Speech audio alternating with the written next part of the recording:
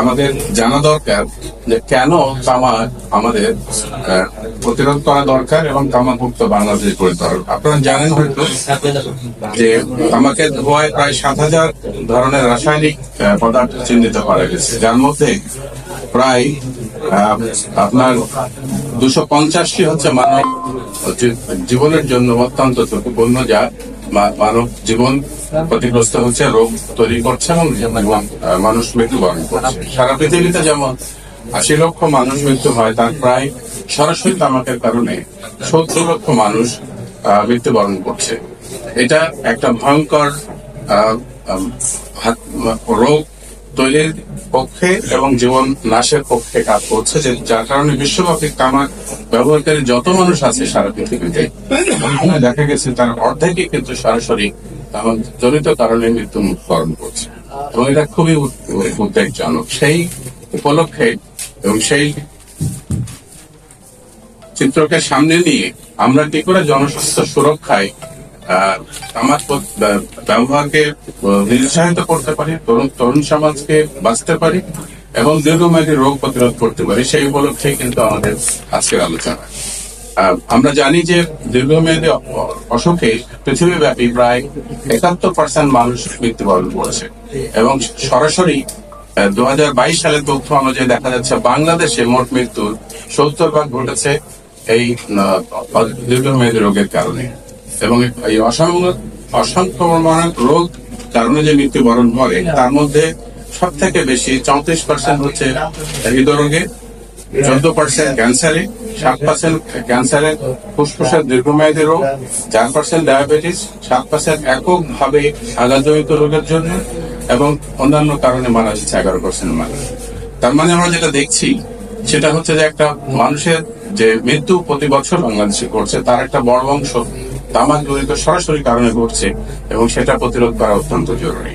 এবং বয়স ভিত্তিক যদি আমরা দেখি, আমরা জানি প্রতি বছর আমাদের এই 2019 সালের ডেটা অনুযায়ী যে 1,61,000 মানুষ মারা যায়, এটা হয়তো এখন বেড়েছে, কিন্তু সব থেকে উদ্বেগজনক যেটা যে আগে তথ্য অনুযায়ী আমরা দেখেছি যে বয়স্ক মানুষের মৃত্যু ঘটছে হৃদরোগের কারণে, কিন্তু বর্তমানে যেটা দেখছি আমরা 30 থেকে 40 বছরের যুব সমাজ যারা সক্ষম কাজের মধ্যে রয়েছে তাদেরও মৃত্যু ঘটছে। সে জায়গায় আমাদের ভূমিকা নেওয়া অত্যন্ত জরুরি। যে ক্ষতিকর তামাকের যে স্বাস্থ্য ক্ষতি এবং তার উপরে যে গবেষণা, বাংলাদেশের যে গবেষণাগুলো রয়েছে সেখানে আমরা দেখতে পাই যে যেমন বাংলাদেশ সরকারের স্বাস্থ্য বাতায়নের তথ্য বিশ্লেষণ করে দেখা গেছে কোভিডের সময় যারা ধূমপায়ীদের মধ্যে 3 গুণ মৃত্যুর বেশি অধূমপায়ী। তো এটা থেকে আরো পরিষ্কার ভাবে বোঝা যায় যে ধূমপান কত বড় ক্ষতিকারক জীবনের জন্য। এবং এর পাশাপাশি বর্তমানে 15 লক্ষ মানুষ তামাকজনিত রোগে আক্রান্ত রয়েছে, এবং 61,000-এরও বেশি শিশু পরোক্ষ ধূমপানের কারণে রোগ সৃষ্টিতে ভুগছে। এবং আরো অন্যান্য গবেষণা আমরা দেখেছি, যেমন মিরপুর এবং সাভারের প্রাথমিক ছাত্রছাত্রীদের লালা পরীক্ষা করে দেখা গেছে প্রাথমিক বিদ্যালয়ের 95% ছাত্রছাত্রীর লালায় নিকোটিন পাওয়া গেছে, এবং এরা সবাই পরোক্ষ ধূমপানের শিকার বলে গবেষণায় উল্লেখ করা হয়। এবং এটা একটা ভয়ানক তথ্য আমাদের দেশের জন্য যে আমাদের কোমলমতি শিশুরা যারা প্রাইমারি স্কুলে আসছে তাদের লালায় নিকোটিন পাওয়া গেছে। তার মানে হচ্ছে যে শুধু ধূমপান করলেই না, ধূমপান পরোক্ষভাবেও আক্রান্ত হচ্ছে তারা কিন্তু আগামী দিনে রোগ এবং মৃত্যুর সামনে হাঁটাচ্ছে। এবং আমরা সবাই জানি বিড়ি, সিগারেট এবং মাদক আপনার একটা মাদকের প্রবেশাদ্বার, কিন্তু এবং বাংলাদেশের 95% মানুষ প্রথমে সিগারেট, বিড়ি সেবন করে এবং ধীরে ধীরে মানুষ আসক্ত হয়। এই অবস্থা থেকে মানে উন্নয়নের জন্য বাংলাদেশের যদি আরো কয়েকটা লক্ষ্য দেখি আমরা, যেমন 17-18 অর্থ বছর আমরা দেখেছি তামাক থেকে যে পরিমাণ রাজস্ব পেয়েছিল তার থেকে 34% বেশি টাকা খরচ হয়েছিল তামাকজাত দ্রব্য ব্যবহারের রোগ চিকিৎসা বাবদ। তো তার মানে হলো যে তামাকের কারণে শুধুমাত্র আমাদের ট্যাক্স বাড়ালেই হচ্ছে না, তার সাথে পাশাপাশি আমাদের দেখা দরকার যে স্বাস্থ্য ব্যয়ের কমতি হচ্ছে কিনা। এবং আরো ভয়ঙ্কর চিত্র দেখি আমরা তামাক ব্যবহারের বাংলাদেশে, যে 2017 তথ্য অনুযায়ী 35% বেশি প্রাপ্তবয়স্ক যাদের বয়স 15-এর উপরে তারা কিন্তু তামাক ব্যবহার করে। তাদের মধ্যে 46% পুরুষ এবং 25% মহিলা তামাক ব্যবহার করছে। এই বর্তমান চিত্রকে যদি আমরা সামনে অ্যাক্টিভ স্মোকিং হিসেবে দেখি এবং পরোক্ষভাবে যদি সমপরিমাণ মানুষ কিন্তু তামাক ব্যবহার করছে, সেটা কিন্তু সঠিক না।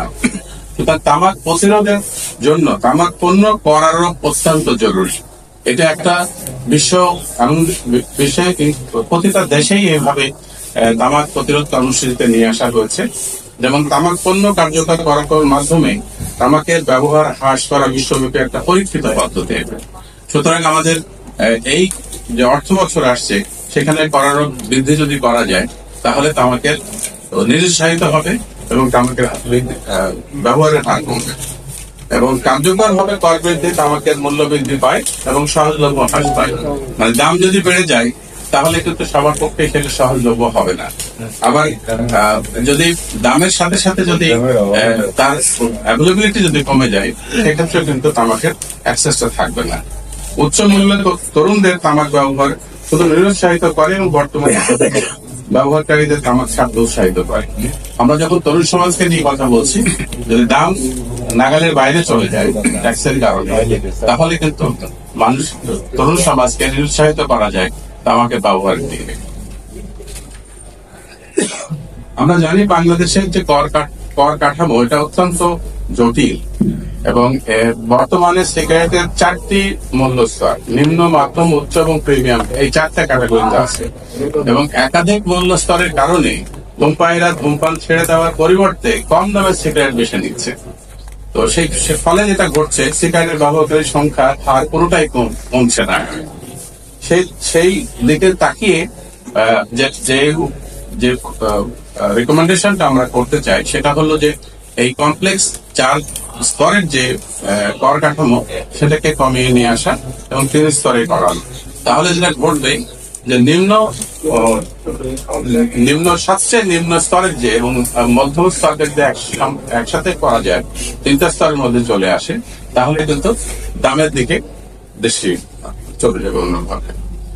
আমরা যদি আরেকটু দেখি যে তামাক বা সিগারেটের সাথে অন্যান্য জিনিসের মূল্য যদি দেখি, আমরা দৈনন্দিন জীবনে কি দেখি, আমাদের চিনি বলুন, মসুরের ডাল বলুন, ব্রয়লার বলুন, সয়াবিন তেল বলুন, চাল বলুন, এবং তার সাথে যদি সিগারেটের তুলনা করা হয়, সব থেকে কম দাম বেড়েছে সিগারেটের, সব থেকে বেশি দাম বেড়েছে যেগুলো আমাদের প্রতিদিন আমাদের জীবনে ব্যবহৃত হয়ে থাকে। তার মানে এটাও একটা দেখার জায়গা যে আমাদের দৃষ্টিভঙ্গির বাইরে থাকার কারণে কিন্তু আমরা প্রতিদিন সেটা দেখতে পাচ্ছি না। তো সেই লক্ষ্যে যে প্রস্তাবনা নিয়ে আসা হয়েছে যে যদি এই তামাকের কর বৃদ্ধি 4টা স্তরের 3টা স্তরে নামিয়ে আনা যায়, তাতে করে যেটা লাভ হবে 24,40,000 বেশি মানুষ প্রাপ্তবয়স্ক নাগরিক ধূমপান ত্যাগ করতে পারে। এটা গবেষণার ফলাফল এবং এটা অত্যন্ত যুগোপযোগী উদ্যোগ হবে। প্রায় 17,17,000 কিশোর তরুণকে নতুন করে সিগারেট ব্যবহার করা থেকে বিরত করা যেতে পারে। এটা তরুণ সমাজের যে কথা আমরা বলছি, যদি তাদেরকে আমরা এই তামাক এবং তামাক জাতীয় দ্রব্য থেকে দূরে রাখতে চাই